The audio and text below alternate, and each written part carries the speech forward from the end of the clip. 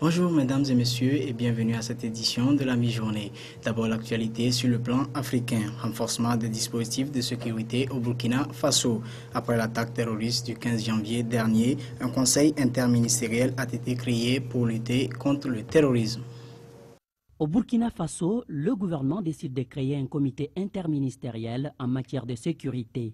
Il s'agit de mettre en place un cadre d'échange et des propositions sur des stratégies de prévention et des réponses sécuritaires immédiates. Cette décision des autorités intervient après l'attaque terroriste du vendredi 15 janvier 2016 qui a fait une vingtaine de victimes et plusieurs dizaines de blessés. Ce qui est déterminant aujourd'hui, c'est de voir le dispositif. Je crois que c'est le diagnostic du dispositif qui n'a pas permis d'éviter l'attentat qu'il faut faire et le réaménager en conséquence. Peut-être que le comité interministériel répondra peut-être à cette question, on l'espère. Sinon, ce que les Burkinabés attendent, c'est plus d'efficacité dans le renseignement, plus d'efficacité dans l'intervention. Les observateurs apprécient la nouvelle mesure des autorités burkinabées. Toutefois, ils invitent la population civile à collaborer davantage avec les forces de défense et de sécurité pour mieux faire face à la menace terroriste. L'implication des citoyens est très importante. Je crois que dans les mesures annoncées par le gouvernement, il est dit qu'on va renforcer la police de proximité. Ouais, c'est un système de police qui existait depuis quelques années, mais dont l'opérationnalisation posait problème. C'est un des moyens qui existent qu'on peut réactiver et renforcer pour faire participer effectivement les populations à leur propre sécurité. On attend de voir comment toutes ces structures qui existaient vont être mises en branle pour renforcer la sécurité nationale. Pour lutter efficacement contre le terrorisme, les contrôles au niveau des frontières ont été renforcés. À Ouagadougou, comme dans les grandes villes du Burkina Faso, les autorités ont renforcé la sécurité aux abords des hôtels. Le pays observe depuis dimanche 17 janvier 3 jours de deuil national.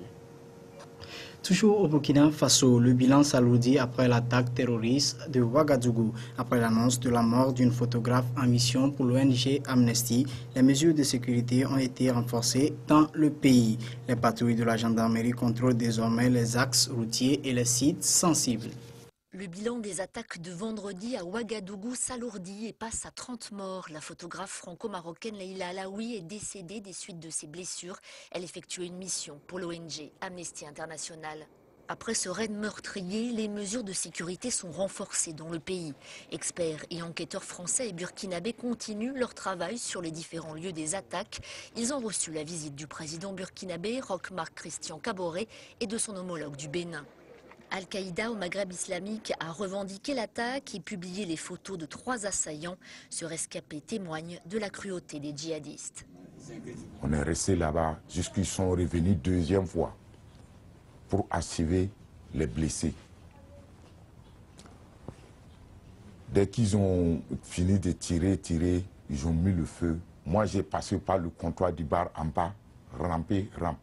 J'ai même passé sur une cadavre pour pouvoir engendrer la porte. Une vingtaine de personnes ont été arrêtées depuis dimanche. Certaines ont été relâchées, d'autres sont toujours entendues. La police cherche à établir si les djihadistes ont bénéficié de complicité. En Ouganda, un débat télévisé a été organisé avec les candidats à la présidentielle du 18 février 2016. Objectif de celui-ci, discuter de l'avenir du pays. Il faut rappeler que seul le président en exercice manquait à l'appel. En Ouganda, l'élection présidentielle suscite déjà beaucoup d'engouement au sein de la classe politique. Les 7 candidats de l'opposition se sont affrontés dans un débat télévisé le 15 janvier 2016. Le président en exercice Yoweri Museveni, candidat du pouvoir, a pour sa part boycotté ce premier débat. Ces 2 principaux challengers ont répondu aux différentes interpellations des journalistes. Il y avait un certain nombre de questions que je pense qu'on aurait dû aborder, notamment celle de l'emploi, la question de l'agriculture et de la façon dont nous pensons en tirer profit pour améliorer notre économie. Certains candidats l'ont prévu dans leur programme de gouvernance et donc je pense qu'il fallait insister là-dessus. Les échanges entre les candidats ont été très relevés, notamment entre l'ancien Premier ministre Amama Mbabazi, qui a travaillé avec le président Yoweri Museveni, et son opposant historique Kizza Besigye. Certains observateurs invitent les acteurs politiques à contrôler leurs émotions et préserver la paix sociale. So long as there's a perception that the result has been fiddled with Tant qu'il y aura des soupçons en matière de transparence des résultats, je pense que le climat restera tendu, comme ce fut le cas au Kenya. Vous avez des soi-disant garde-fous pour éviter tout débordement et toute violence. Un dispositif rattaché aux forces de l'ordre qui demeure lié au pouvoir. Ce genre de situation va forcément créer des conflits.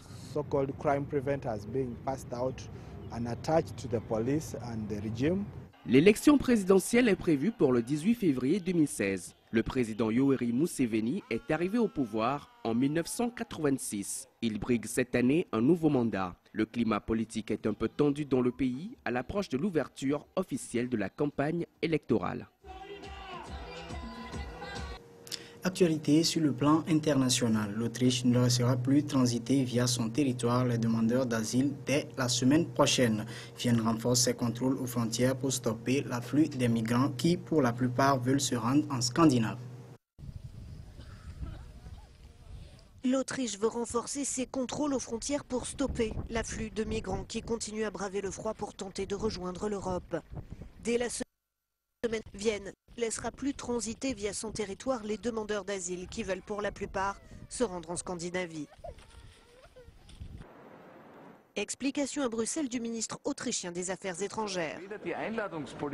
La politique d'invitation de bienvenue ne constitue pas une réponse adéquate à la crise migratoire, dit-il. Nous avons besoin d'une autre réponse. Il faut stopper le flux des migrants, idéalement à l'extérieur des frontières européennes. Si cela ne fonctionne pas, il faut le faire aux frontières nationales. Depuis que la Hongrie a fermé ses frontières, les demandeurs d'asile empruntent cette route des Balkans pour rejoindre l'Allemagne ou la Scandinavie. La plupart des réfugiés venus de Syrie, d'Irak ou d'Afghanistan arrivent par la Turquie puis la Grèce, porte d'entrée de l'espace Schengen. Reçu hier à Berlin par la chancelière allemande Angela Merkel, le président grec Prokopis Pavlopoulos accuse les autorités portuaires turques de soutenir les passeurs.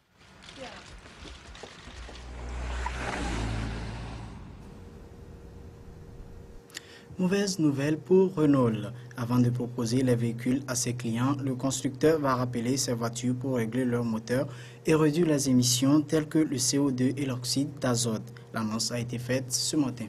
Renault va rappeler 15 000 voitures que le constructeur s'apprêtait de mettre en vente. Avant de les proposer à ses clients, le constructeur va régler leur moteur et réduire les émissions, notamment de CO2 et d'oxyde d'azote. L'annonce a été faite ce matin par la ministre française Ségolène Royal, qui assure qu'il ne s'agit pas d'une fraude, contrairement à Volkswagen. Une mauvaise nouvelle pour Renault, dont l'action avait déjà perdu plus de 20% après la fouille de ses locaux et les résultats des tests d'une commission technique qui avait relevé les dépassements d'émissions sur plusieurs véhicules Renault. Le constructeur français n'a pour l'instant ni confirmé le rappel des 15 000 véhicules, ni précisé de quel modèle il s'agit. Un incendie important s'est déclaré ce matin au Ritz. Selon les pompiers, le feu a pris au 7e étage de l'hôtel de luxe parisien qui est actuellement en travaux et fermé au public. Les flammes menaçaient de se propager à l'ensemble des combles et à la toiture, mais l'incendie serait désormais sous contrôle. Le Ritz est cet hôtel de grand luxe qui se trouve place Vendôme, au cœur de Paris, entre l'Opéra et le Jardin des Tuileries. L'établissement est fermé pour rénovation depuis 2012 et devait en principe rouvrir en mars prochain. L'hôtel est la propriété du milliardaire égyptien Mohamed El Fayed et c'est là que son fils Dodi avait résidé avec la princesse Diana avant leur tragique accident en 1997.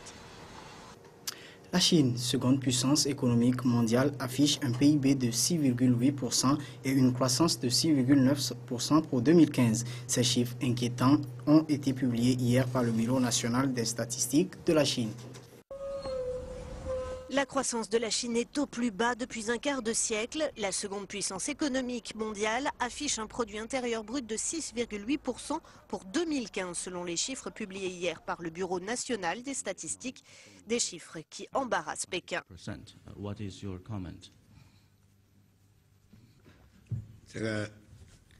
Le géant asiatique souhaite une normalisation de son modèle économique à présent tourné vers la consommation intérieure.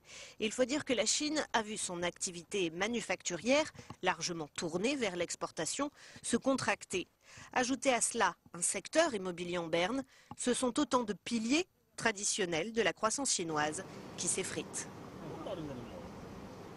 Dernier élément de cette édition au Liban, Sami Djadja, le leader des forces libanaises, soutient la candidature de Michel Aoun à la présidence du pays. Les deux rivaux historiques ont le même objectif.